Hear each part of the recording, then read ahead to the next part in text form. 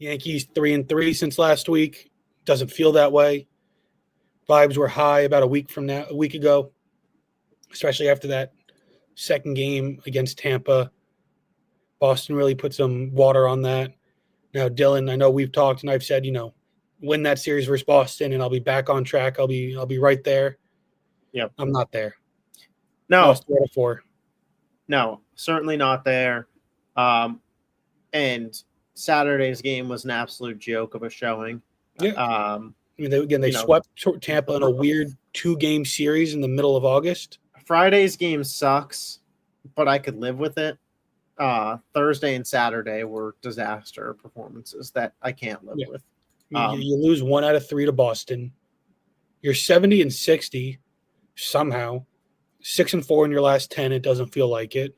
And their schedule is so easy that I feel like they're still a lock playoff team, and they'll probably finish between 86 and 89 wins if I had to guess.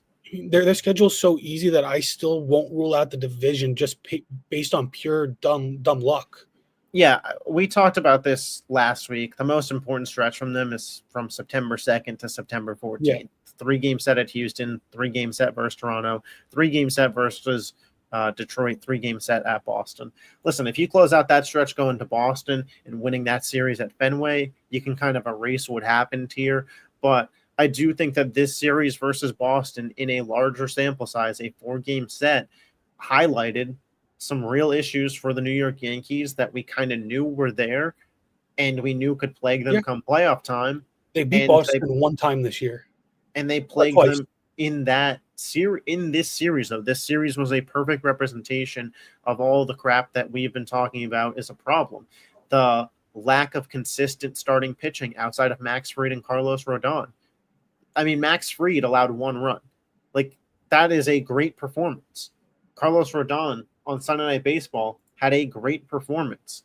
And then Will Warren, obviously on Saturday, not a great showing from him, not a great showing from anybody on the pitching staff, if we're just being completely honest in that game.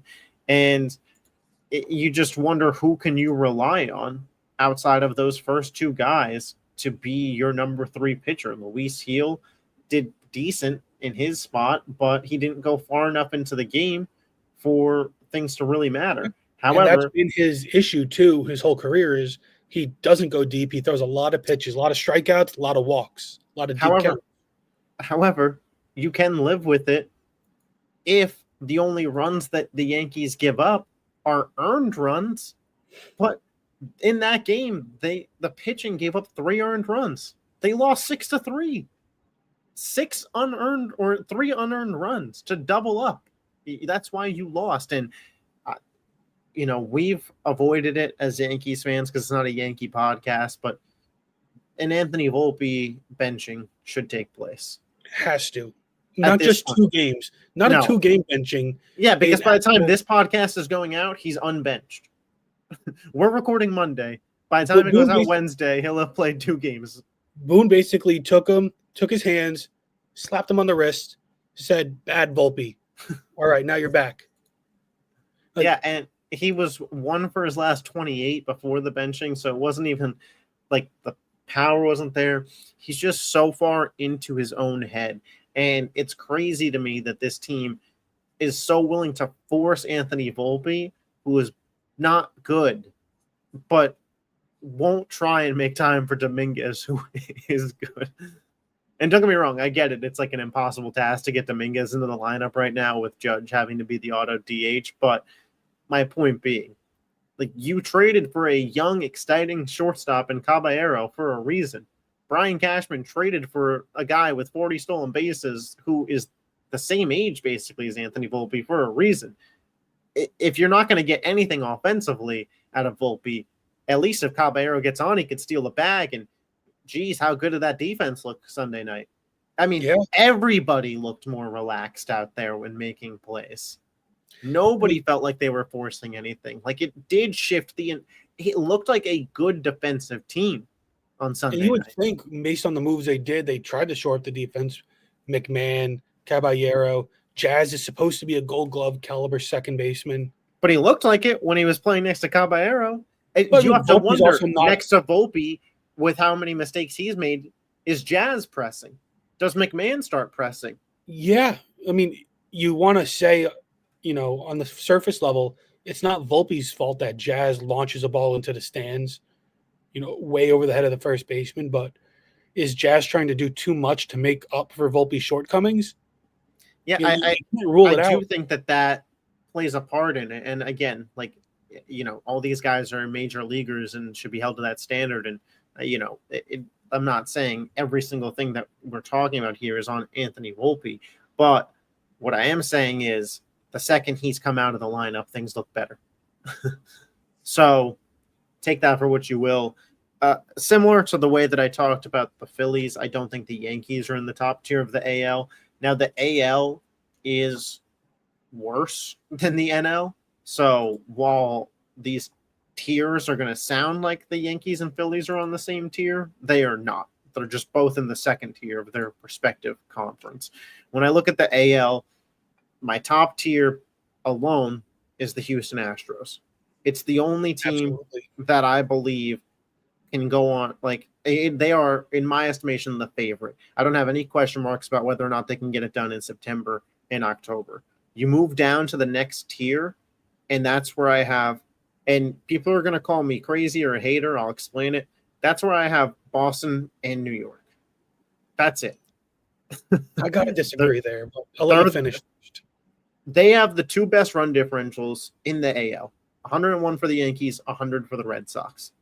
They have the two most potent lineups, again, excluding a healthy Houston team.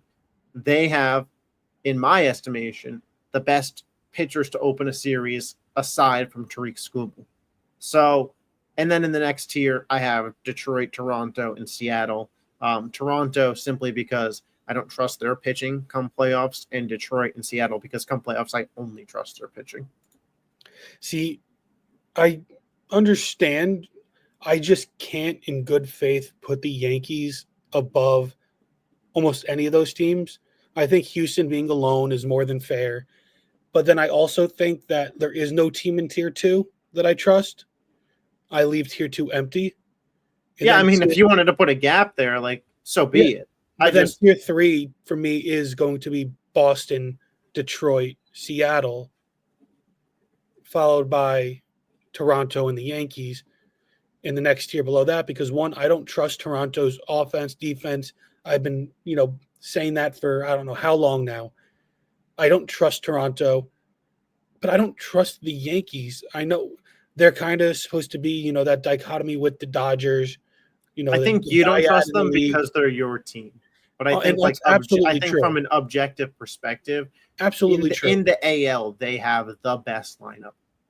So that's why it's hard for me to drop them below tier 2, because like we talked about with what the Mets did last year, and like we just kind of talked about, your lineup can take you a long way in playoff baseball if you can get solid innings from your starting pitching. And we know that the Yankees have 3 pitchers that can give them 5 solid innings. I mean, I don't think I don't trust Schlittler in a big game too.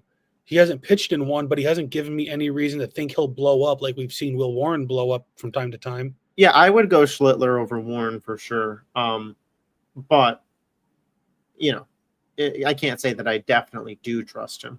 Right. It's just I just have so much trouble, and I think you're right that it is, my self-bias with the Yankees. But I don't think that's wrong to have, because I see this team and I watch them day in and day out, where, the Yankees are a half game back of Boston for that first wild card. They're a half game up on Seattle for that second wild card. They lost 3 out of 4 to Boston, and they're still pretty much neck and neck with them. Yeah. Now they have, 3 against the Nationals, 3 against the White Sox. I just think that the Yankees could probably even go 6-0 in this stretch. And I think it would be unfair to say that they're back or to even put much stake into it. It all comes down to that September 2nd to the 14th stretch. Whatever the Yankees show us in that stretch is where our belief levels will be in this team potentially making a run. How much faith do you have that they're going to even show a little bit of life? Like, I think 500 is asking too much at this point. I think that they'll show some life. I think that they'll probably lose the series to Houston. I would guess that happens. They play Detroit and Toronto at home. I would like to think that in that stretch that they'll go 4-2 or 5-1. And then I really do think that closing it out at Boston, I think going to Fenway on the road, competing with Boston for a playoff spot, 3 weeks prior, they came into your house and kicked your teeth in. That series, we will learn a lot about the New York Yankees.